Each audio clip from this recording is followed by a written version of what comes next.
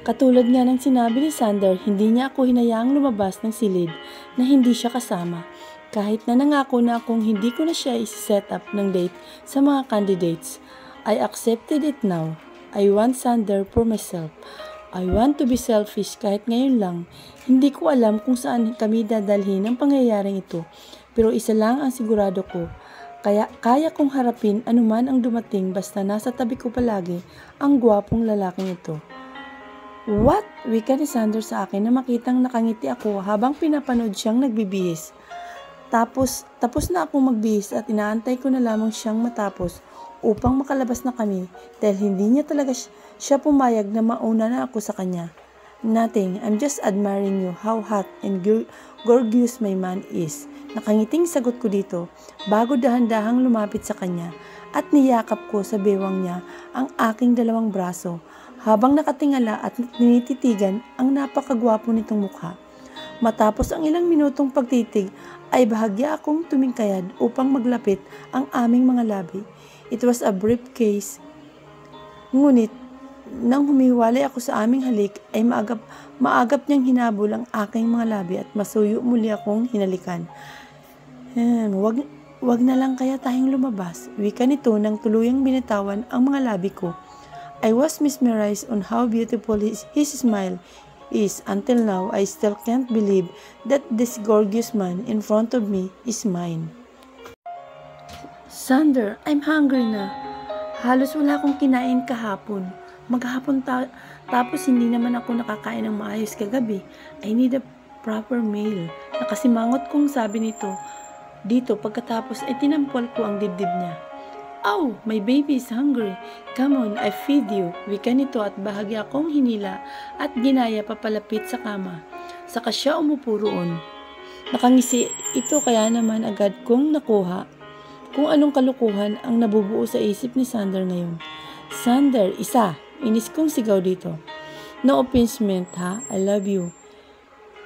I love to eat your cock but I need a real meal, baby. Now, stand up and prepare me a proper meal. Mataray na utos ko dito. So bossy, maarte nitong sagot sa akin na sinabayan pa ng pag-irap. Pinaningkitan ko lang ito ng mata bilang pagkastigo dito. Tumayo naman ito agad mula sa kama saka inabot ang aking kamay bago naman tinungo ang pinto. Paglabas namin ay agad naming nakasalubong ang nakangiting si Gabi. Indikasyon na tumupad nga si Sander sa napagkasunduan namin. Mabuti naman at nakabalik na ang si Gab. Iwan ko ba naman sa siraulong Sander na to kung bakit pati walang malay na empleyada ay dinamay sa kabaliwan niya. Masiglang bumati ito sa amin na malugod ko namang tinugon habang isang mabining tango naman ang sinagot dito. Nilampasan na rin namin agad si Gab at nagsimula ng maglakad patungo sa nag-iisang restaurant dito sa isla. Nang mapadaan kami sa mga visitors lounge ay nakita ko roon si Trish at Candice na nakabihis at dala-dala ang mga maleta habang nakasimangot. What's happening? Takang tanong ko sa mga ito nang mapalapit ako dito. Sander ordered us to go back to Manila. Nakaismid na sagot ni Candice. Nilingin ko naman si Sander na sa aking tabi upang kumpirmahin ang tinuro ng dalaga. They don't have any purpose here. I don't have any plans of choosing among them, so I don't see the need for them to continue staying here with us. Walang emosyong paliwanag niya sa akin. Inirapan ko lang ito dahil sa walang konsiderasyon niyang sagot. These girls are the consequences of Sander's impulsive decision. They didn't do anything wrong to deserve this. Hindi ko man sila nakasundo ng maayos ngunit sa tingin ko ay hindi pa din tamang ipagtabuyan na lang sila ng dahil lang wala na silang silbi.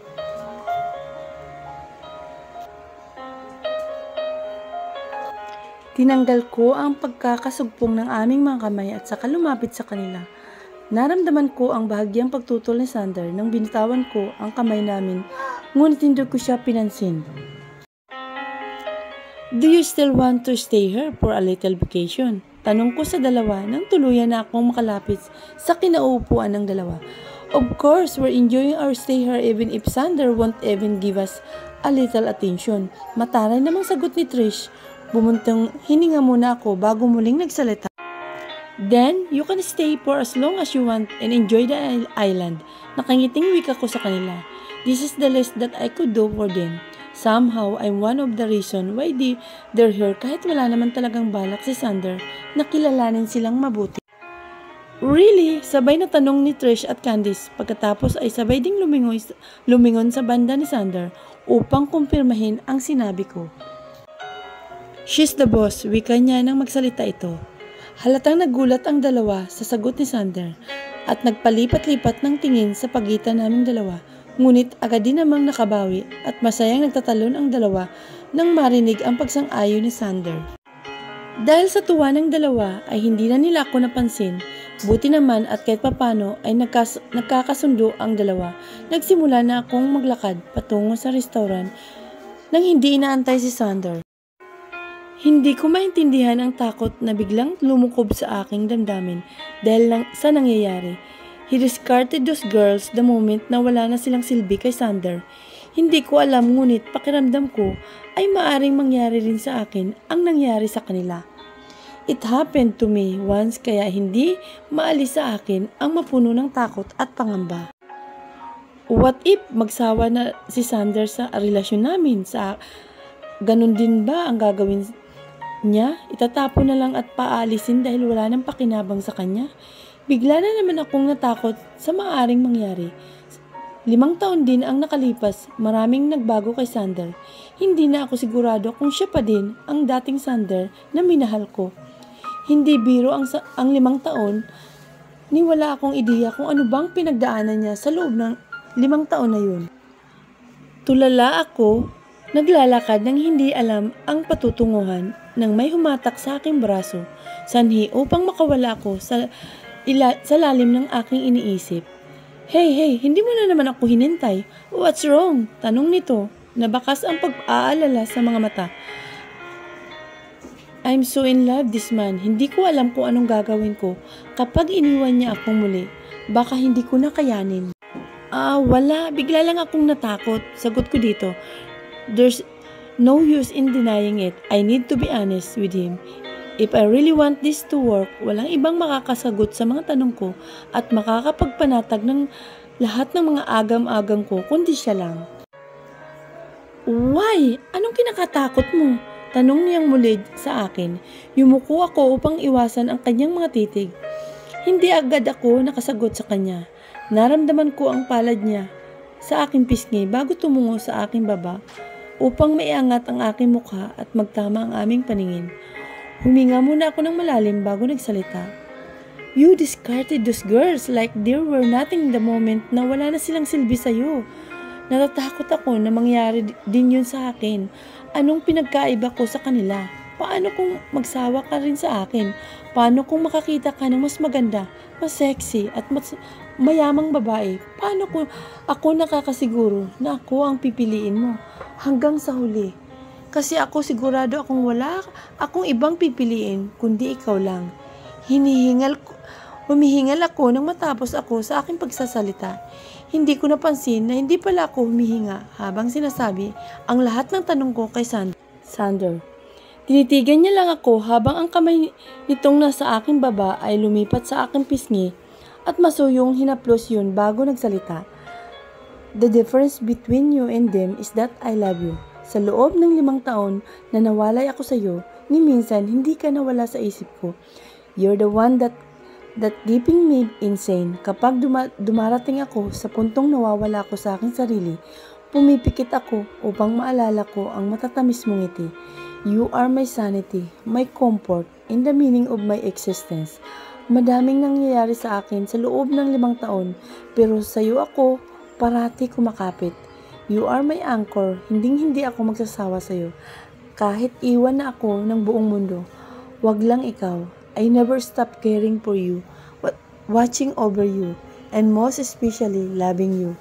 I may never be the same man that you fell in love with before, but I can assure you that my love for you is the same, kung hindi man ay mas higit pa. Mahabang paliwanag niya. Hindi ko na malayan unti-unti na palang bumabagsak ang aking mga luha. This beautiful man in front of me is in love with me.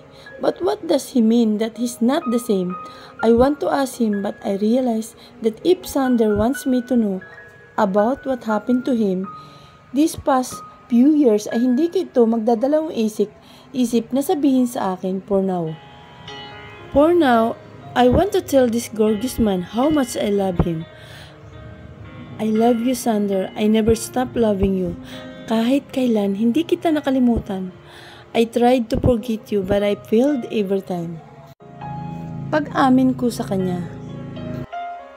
Habang patuloy ang aking paghikbi, nanlalabo na ang aking paningin dahil sa walang tigil na pagtulo ng aking luha. Shh, I know my love. I know, marahang wika niya habang pinapahid niya ang mga luha kong bumabagsak sa aking pisngi. And as if I will allow you to forget me, nakangising wika nitong muli. Nakakunot naman ang aking noo dahil hindi ko lubusang maintindihan kung anong ibig niyang sabihin doon. What do you mean by that? Takang tanong ko dito at saka pinahid ang aking natitirang luha sa aking mata.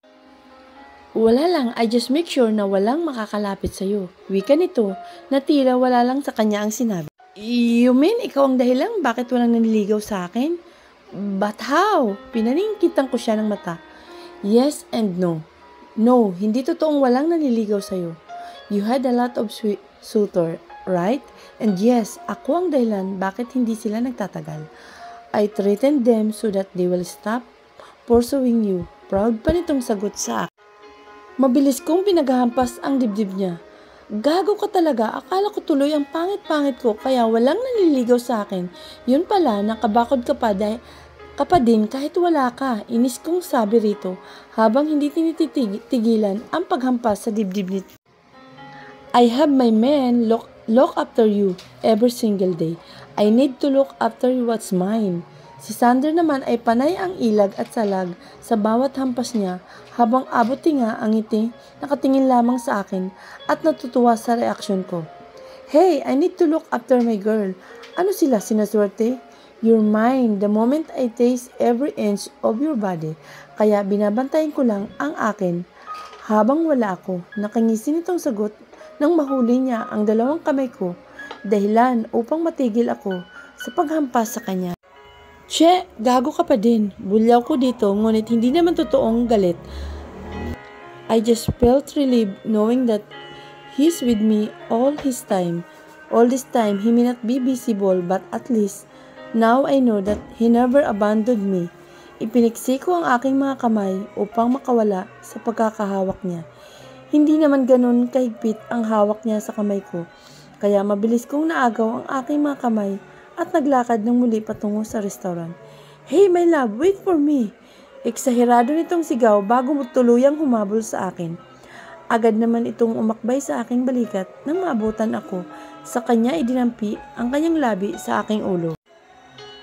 Nawala ng takot na nararamdaman ko kanina. Ngayon ay sigurado na ako sa pag-ibig na mayroon kami ni Sander. I'm so happy to be with him. Habang naglalakad kami patungo sa restaurant, ay biglang pumasok sa isip ko si Samantha, Candice, and Trish. Were ordered by Sander to go home immediately, but how about Samantha? Does this mean that he doesn't have any intention na pauwiin ito? He wants her to stay here more. Alam kong inamin ni Sander na kinausap nga lang niya si Samantha at kinasabwat upang pagsilosin ako, ngunit hindi pa din maalis sa isip ko ang baluti ng selos. Bakit naman hindi? Samantha is the perfect epitome of beauty. Kahit na sinong lalaki ay siguradong nabibighani sa kanya, at kung sakali mang itabi ako sa kanya ay pihadong manliliit ako. Ayoko mang ipahalata, ngunit buong pagkatao ko ay punong-puno ng insecurities.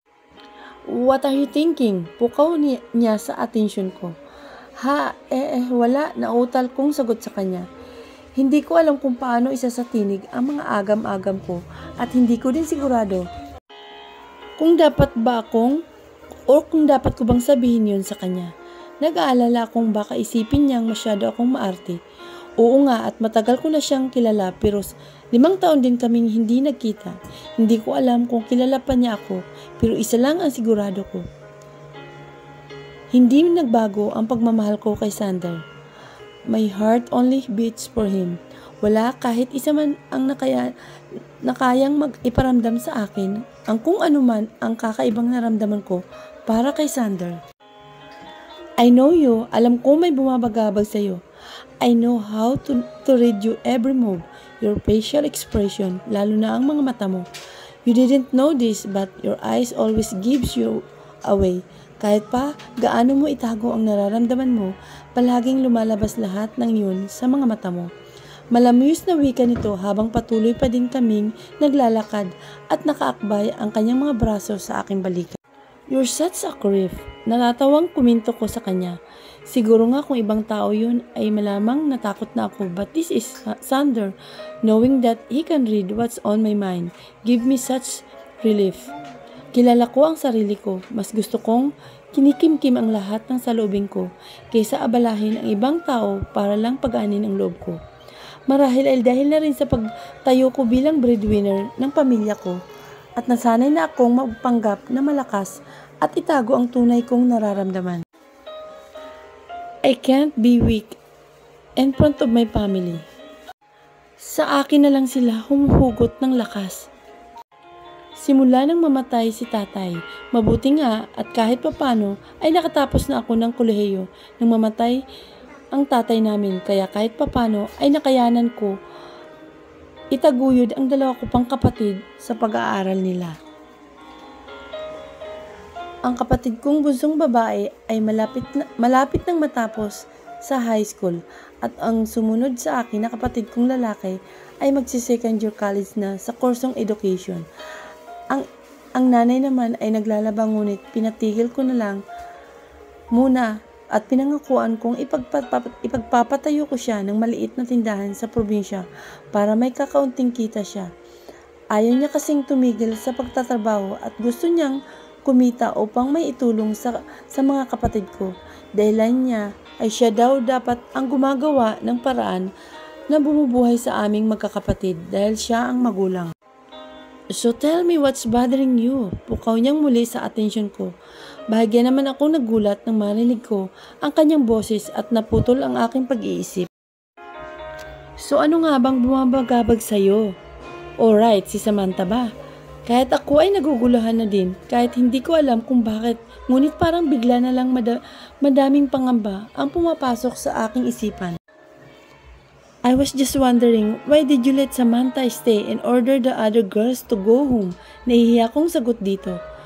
But to clarify, I was just wondering, okay? I'm not jealous. Inuunahan na kita.